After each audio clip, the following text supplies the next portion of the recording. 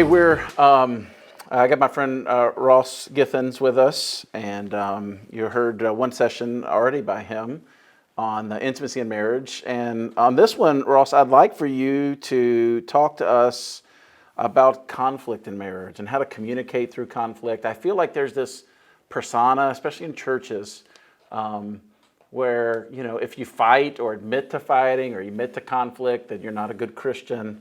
I remember a conversation you and I had many years ago, a couple decades ago, and that was a question you asked me, tell me about how you and Ashley fight. And I said, well, it's 3 years in, I don't know if we've had a fight, And then you said, well, it's because Ashley's not being honest with you. And that kind of floored me a little bit. I was like, what does that mean? And over the process of, just loving my wife and growing and maturing, we've had to learn how to fight. We're still learning how to fight fair. So do you see that in couples? And how would you help direct us to fight fair, to deal with conflict in marriage? Yeah, I mean, it's funny that that's a scorecard of if we fight, we're somehow failing, we're somehow wrong. When, there has to be conflict if there's intimacy. And so I guess if in my older self, I would have told you now, I don't know if Ashley was lying to you. I just think Ashley didn't trust you. And maybe that's what you've worked on. Another one. Right? So I think that's probably what you've worked on is I think I've seen you grow as a man that you, I think, are more humble. I'll say that. Okay. And you can take the intimacy that she's now willing to trust you with. Yeah. Because I think that's part of the conflict is that I think that you meet really kind, compassionate people that don't want to hurt. But if you smell, am I really not going to tell you that? Right. Is that really hurtful? Well, I think it's good love. It's accountability. And we need, because if I'm honest, there's like a victim culture that's going on right now, that if you hurt me, you don't love me. That if you say anything against me, then somehow you're not on my team. Wow. When to me, I think that's part of correction. That's part of encouragement, is that people that love are willing to challenge. They're willing to say, man, I think you're wrong there. Wow. Like, I don't agree with you. I don't think you need to go confront so-and-so. And so I guess there's no one I'm going to have more conflict with than my wife. Because there's no one I'm going to have greater intimacy with than my wife. Wow. My kids are the same way. They are my greatest blessing and my greatest curse, right? I love them. I'm glad we had them. But right. they are my greatest challenge. And so I guess when I want there to be rules to the conflict, and that's part of, maybe a good question is, am I treating my wife in a way that I want my children to treat my wife? Am I calling her names? Am I using a tone that I would threaten my kid if I heard him replicate? Wow. And how often, as a father, am I a hypocrite? And so I think that's something I want to use is I want to be able to say to my son, I need you to treat her the way you see me treat her. I want you to honor her the way you see me honor her. So that's not, and I'm not saying honor is silence. Honor is not being a coward and turning away from the fight. And I guess that's the condition of the heart I want to work on in my marriage is we do need to have a conversation. So I want there to be a filter and I want there to be honesty. And if I can't have both, we shouldn't be talking. And so I think that's part of, women are very, very excellent at reading us. And so they know we're mad, they know we're frustrated, they know we're selfish in the moment. And when it's hot, they're like, hey, we need to talk. And you're like, oh, no, I have nothing but hate for you. I will say things that I regret the rest of my life. So I think that's what I want to work on is that that's a great time to go mow the yard or go take a bath or go do something that helps me get the sin out of my pure thoughts. Because I remember resenting my kids as I watched her, take care of them and honor them and really love my boys. But it made me lonely, if I'm honest. And so, but I think it took a maturity in me and it helped me calm down that I wasn't angry at the kids, I was sad. And I think that's the hour that we need sometimes in a fight to calm down.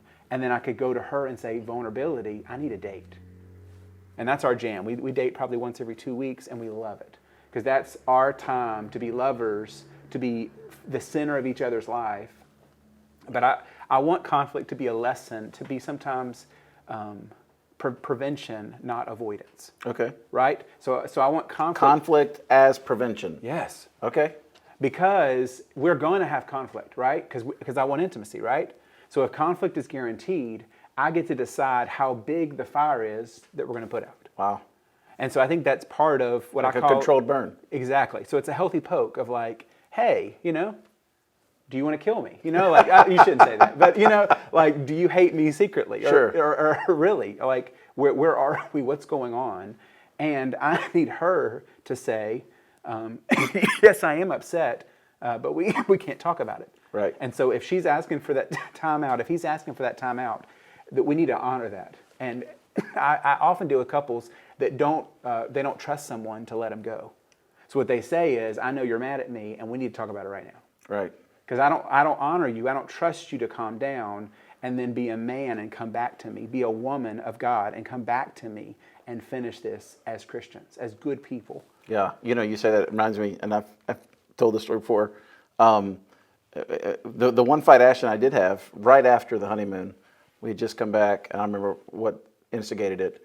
But I'm not a man who deals with anger at all, so I don't need an hour. Like, I'm ready, let's just talk it out. And then I came to Ashley, and she said, hey, I need some time. And I was like physically like backed her in a corner and was like, we've got to talk about this right now. And she just growled at me, you know, like, get away or I'm going to bite you. But that was, you know, in a sense, looking back, learning what we each needed. It's good. To have healthy conflict.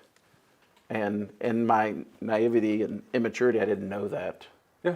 You know, I thought conflict was wrong or bad. Yep. And when you say you need conflict as preventative measure, you know, I've never heard that before. Yeah. And I've been married almost 20 years. I guess if I'm going to make a weird comparison, I guess I look at conflict like taxes. Okay. They're coming. Okay. Right? And so if I ignore them, I'm like, I'm not paying taxes, right? And they're like, hey, you're going to jail. You know, like, they're coming. So, I mean, to me, I guess that's that's a conversation with my CPA every year, right? Like, how bad is it? Like, just be honest with me, you know? I like that. What are the zeros I got to put in this tax check? So I guess that's where I want a relationship that says, I'm interested in what's going on, where we are, and if we do have conflict, how are we behaving? What permission, what expectations do we put on ourselves? Because, I mean, I'll be honest, sometimes the greatest conflict in my marriage is my boys will yell at my wife, and I'll get onto my boys, and my wife gets mad at me. Mm-hmm. Because of how I'm parenting them when she doesn't agree. Because I think that, forgive me if this sounds sexist, but I think most women take more disrespect from their children than a man would allow to himself. And that becomes a conflict in itself because I'm getting onto a kid that she doesn't think I need to be getting onto. Right. And so how can she shush me as I'm trying to shush them? And then, you know, they're like laughing, you know, because they're like, we got you on a fight. Yeah. And I'm like, you're both grounded, you know? So, but I think that's where I think it goes back to the communication is that I don't want to ever take the good and the bad of my marriage and say, I'm only interested in the good. When I think healthy relationship says the bad is my sin, is my selfishness, is the most expensive sacrifice I have to give to her. And so I think that's part of like learning to be supportive or learning things that I'm doing that I don't want to ever make my wife's life worse. Right. Right. And so when she's suffering, when she's going through something, I guess that can be a conflict in itself. Yeah. And that's something me and my wife have done because I'm a counselor. So I like take things personally. And so if you're in a bad mood around me, my first question is, right, are you mad at me? Right. Like, is this our conflict or is this something else? Are we suffering side by side? Right. And I think that's a good rule for husbands, I think, is to learn to come in and say, not I'm egotistical and your attitude is always my fault. That's very selfish, guys. That's very narcissistic of us. I'd rather come to her and say, hey, babe, you look upset. And if she does lie and say, you know, it's nothing, I'm fine. And then she's got like a tear and you're like, yeah, liar, you know. don't call her a liar. Yeah. But to me, I like the return of, hey, babe, you look upset. I don't know if I agree with you. But if you want to talk, if you want to finish this conversation, please come get me. Yeah. Because it's kind of like an I see you moment, and that's what I call embarrassing intimacy. Because like you're one when you like caught somebody on a toilet, it's like, oh, that's awkward, you know. Like, right. But I think that happens emotionally, that happens spiritually. When you see someone, you really know someone, right. you can expose them in seconds. Right. Because you're like, you were thinking something, you know. Yeah. Because we were in Fort Worth when I was in seminary. and Jennifer got mad at me for what I was thinking. Right. And she was right. Like she knew exactly, because in my mind I was like, that's the dumbest thing I've ever heard. And I have like 2 hands on the wheel, and she's like, go ahead and say it. Go ahead and say it. And I was like, I just got in trouble for what I'm thinking. Like, have we like crossed a level like of intimacy? It was not good. I was pissed because I was like, I didn't say anything. Right. I didn't mess up. I didn't sin. I just thought in my head, like That's murder funny. in my, Yeah. like what do they say? You murder in your mind, you murder your hands. I'm Right. like, I cannot believe we're fighting about my thoughts. I think the point that I just hear, I'm a person who does words for a living, and so words are important to me, and yet I just can't seem to grab the right word at the right time, and so I'm the worst with the timing of the words. Oh, yeah. So even as you gave us, I like the safety of that. Hey babe, are you okay? Hey babe, is there something wrong? But I would say that like, in the middle of, a girl's luncheon or something, Yeah. it's the timing that's so wrong. Yeah. So, how do you develop this, the right tone at the right time, and it be safe? Yeah. Like I'm not coming at you. Yep. How do you develop that? Okay, so I guess something a guy's got to learn is I think the conditions that lead to a good fight. Let's talk about that. Okay. So I've had couples pick a fight in a car because it's a safe place. We're alone. right. And you know what he said? It's a capsule. Right. I'm trapped. Here I'm stuck in this 2-hour capsule with this woman who's yelling at me. Right. And so I think obviously I want you to be alone, and that may be just communicated cleverly or secretly. I mean, I don't know about y'all's marriages, but my wife texts me. I mean, I'm in the same room. We're at my parents' house, and she's like, I'm ready to go. Yeah. And I'm like, well, guys, my parents know nothing, But I mean, I think that's part of like secretly. Right. Because she tried to wink at me. She tried to set a timer. Yeah. I'm like, no clue. I get none of that. No too. clue. Yes. Like, why you keep elbowing me? That's the 43rd time. But I think that's the downfall of having really a kind woman, which was my dream, is that she doesn't want to just stand up at my parents' house and be like, y'all shut up, y'all get in the car, Right. And I appreciate that, but Yeah. it's like, I think that goes back to the communication, and I think there's a dance, and that's probably the word I'm going to use, is that I don't want to ever get so close to my wife that I step on her, because that's not romantic. But if my distance from her is so great, we're no longer dancing. Wow. And so I guess that's part of what, I guess that's the musician in me, is I think that's part of the timing of learning how she moves. Okay. And I think that's what I want. I want my wife to be my favorite project to study. Of when are we talking? What is that face? Is the cycle happening? Like, I mean, we need to go there and talk about those things. Right. Of factors of what is happening in our marriage, because I think I'm the best husband when I know what's going on. Right. And it's my fault if I don't know what's going on. I'm not advocating that it's her fault, that she needs to better inform me and she should have told me. Something we study with men is men are what we call exploders and women are imploders.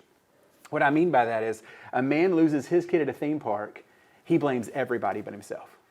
It's that stupid kid, it's the woman that wasn't even there, Where I find women are just the opposite, is when a woman fails, she'll get out of the car and the first thing she'll say was, it was an accident. And the guy's like, you think I believe you purposely hit the pole? Like, why? Right. But it's that motive, it's that intention, that's such a big deal. And so I think a man at his best takes responsibility and is humbled and says, sometimes her face is my fault, guys. And that's something I think is healthy for us to say, is that I want to take responsibility, that I don't want to be bragging to my wife that you've got a great husband, I make a great paycheck, why are you upset with me? Mm-hmm. That's a very defensive, accusatory stance. Or I'd rather a humble communication, a humble approach to the conflict of, hey, are we okay? What's going on? And hopefully that soft word, that soft spirit gets the softer side of her and not her anger. Yeah. So how can you, what are like the safe words where, I could tell something's wrong. We need the controlled burn. A conversation needs to happen. Yes. How can I, make sure it's the right time? Like, what are the words? Trial and error. There it is. So first of all, we got to create a secret language, which Okay. every couple has. Okay. Right? Because Jennifer gets mad at me when I cross my legs, because that's what I do as a counselor. And she's like, don't you cross your legs on me, you know? She's like, no, this is not one of your sessions, you know? But she knows that, like, for me, that's engagement. That's like, that's my ADD going hyper on you. Nothing else matters in this world but you. And that's the awkwardness of me, and that's the intensity of me, which helps me in my job, but it's terrible in my marriage. Because I'll like lock in on something, and I can't hear anything. Right.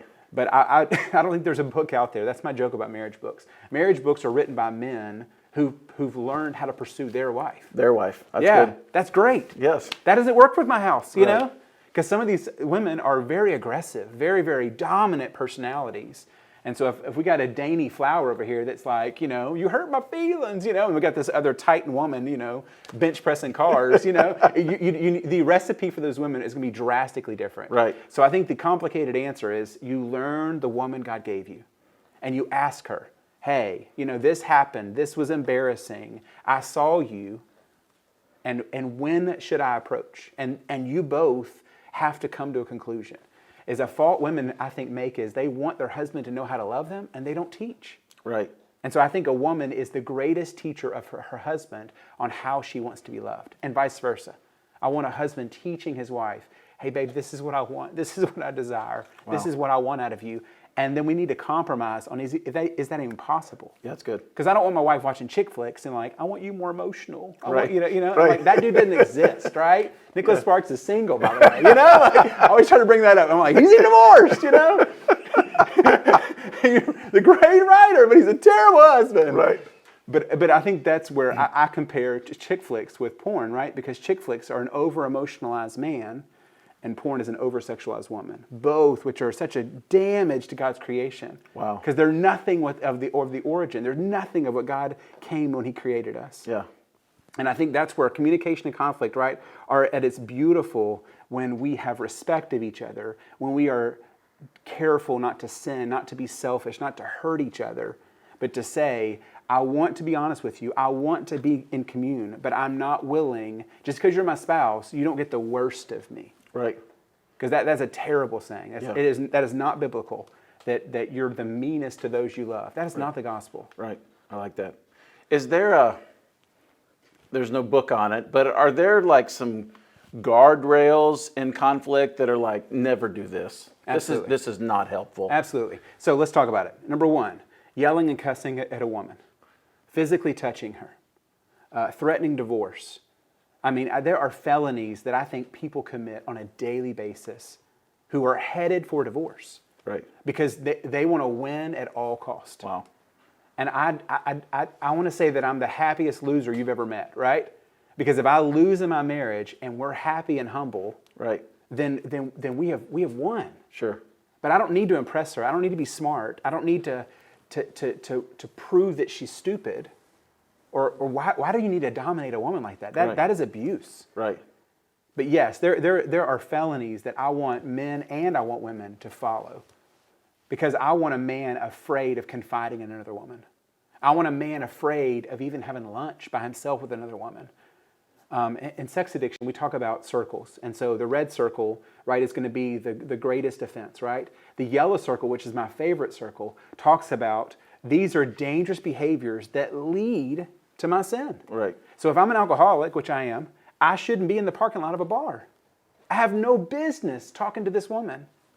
Because I'm going to fail every time I get in that. Right. So some of my guys taking their phone to the bathroom. It's terrible. It's a bad idea 10 out of 10 times. Wow. And I want a couple to say, what is our yellow circle? Should we never fight in the morning? Should we never fight when we're hungry? Should we never fight when the kids are screaming at 6 o'clock? Should we never wait till 10 a.m. when we're both tired and at our worst? Right. But I think that's the intentionality of saying, I'm willing to put effort in this. I want to commune with you. I want to fix this with you. Right. Do you want to fix this with me? Right? And there's the agreement for both people to put their best foot forward and say, I'm willing to work on this. Yeah. And I'm willing to listen, which is another issue. As I feel like I deal with a lot of relationships where I have people who talk and then talk and then talk. And so one of my measurements is if there's not silence between the conversation, the person who was listening was just waiting for you to shut up. so that they could counterpoint or whatever. Yeah, let me, as I was, can I finish my point? Yeah. You're going to interrupt me again? Because it's this combative, right? And so what I like to say is there should be 2 seconds of absorption, and then you should have something to say after you processed what they just said. Yeah. And what I find is, back to being a musician, I feel like the timing is it's just one after the other, one after the other. Another rule, and we'll get into the Sunday, but I don't want things brought up that are greater than 6 months. We'll get to the F word, forgiveness, Sunday, right? But I don't want a relationship where we're just battling over these years, over these offensive, over all these things that have happened, because this is an assault. This is not a correction. This is character assassination. Wow. You are the worst husband I've ever met in my life. I've had couples say that in my office. Mm-hmm. And I'm like, funeral director, like it's over, Right. Yeah. With the hearse, like Yeah. it's over. And I think that's embarrassing for the couple because I don't think they mean to be that hopeless. Right. I don't think they mean to be that bloody, that vengeful. Go for the jugular. It's just so dangerous, so unhealthy. Yeah. I think my greatest fault is picking the conflict fight that needs to be talked about late at night when Ashley's she's just so tired. Yeah. And she's like, at that point, like, I'll do whatever you want, And there's no growth, there's no real thing. And hers to me, which is like the kind of the core stinger, is telling me always. You always do that. Exaggeration. I'm like, no. I mean, I leave my shoes there a lot, but always, I don't think that's true. 9 out of 10. Right, 9 out of 10, but not 10 out of 10, man. And I see that offends me when she says that, and then I don't want to move forward. But most conflict, at least in my experience, when we have conflict, it's not real reasonable because our emotions get so into it, and that's when we say the thing because we haven't preventatively, as you talked about, had conflict. We wait till it all kind of boils up, and then. The longer we talk, we get to the thing that really offended us. Mm-hmm. Last Tuesday, I saw this, and it was never addressed. Yep. So how can we, what are some how can we find healing through the conflict? I guess that's it. I guess the healing, I think, is saying, are we on the same team? Because I love football, and I watch coaches argue on the same side of the football. Right. But their goal is the same direction. Right. And so I think if we're in a marriage and we love our boys, we love our family, we want to fight together, we're going to disagree on the process or on the play or on the call, but we shouldn't be treating each other like we need cops and we're on the opposite side of the field. Right. We're on the same team. And I think what you're talking about is I think that most men want to feel respected. They want to know that their wife is proud of them. Right. And so when Ashley says always, that's a nightmare for you. Right. I know this turned into therapy. Yeah, it did. Hey, as long as you're not charging me, I'm good. Let's go. We'll dive in. But I think that's a nightmare for a man because what he's hearing is you are a failure. Right. You are a disappointment. You have failed in your success model of your dream. And I think on the flip side is I think women want to be protected. They want to be sheltered. They want to know they're valued and loved and honored. And I think that, to me, I think that's the healing. Yeah. Is can a woman encourage her husband without disrespecting him, without devaluing him or exaggerating on his weaknesses, but instead say, hey, can you help me? Hey, you're a good man. Hey, you're a great father. Hey, these are your good, right? But this is the encouragement. And that may be part of the compliment critique. I think we talked about that last time. That's great. But then the flip, right? I want, in my communication with my wife, I want to make sure that I'm assuring her. Because words deteriorate. They do. I said I love you 19 years ago, and I've had to say it every week, every day, ever since. Because my words yesterday don't mean anything today. Oh, that's good. And so I think that's part of the cherish and the reminder that I do love you, I do honor you, and I want to make you a priority. And I think that there's just little habits that are just annoying. Right. Like one of my annoying habits is sometimes Jennifer will ask me to do something and I'll get up and go do it. And that drives her nuts because I didn't give her like verbal, like, yes, I heard you. Right. I just assumed she saw my body or she heard, like complete surrender, I think, you know. But it's just those little embarrassing things Yeah, that are where my selfishness, Yeah. it's 5 seconds. Yeah. It's 2 seconds of communication Yeah. that helps the tempo of my home change. Yeah. Because she feels honored. And I don't know how many couples can afford to do this, but I think planning a trip away, planning time alone, good.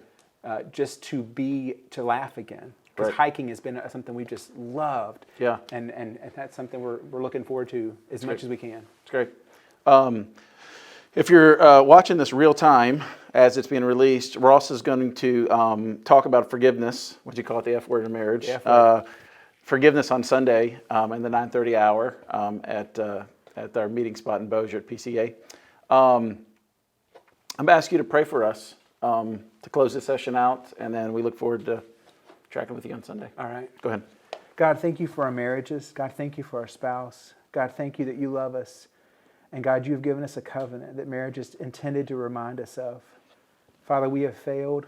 We are selfish. But God, I pray for new beginnings. I pray for hope. I pray for restoration. I pray that you open our eyes, God, to our responsibility, God, our part into rebuilding and maintaining a good marriage, a great marriage. God, an example of your love, an example of your forgiveness. God, I pray that we are examples to our children, God, to anyone that's around our marriage, of what it looks like to love and honor and cherish and communicate with love. God, help us to be courageous. Help us to do daring things, God, even if we know there can be hurt involved. I pray that you give us the strength, the fortitude, God, just the security we have in you, Father. I thank you for all you do in your Son's name we pray. Amen.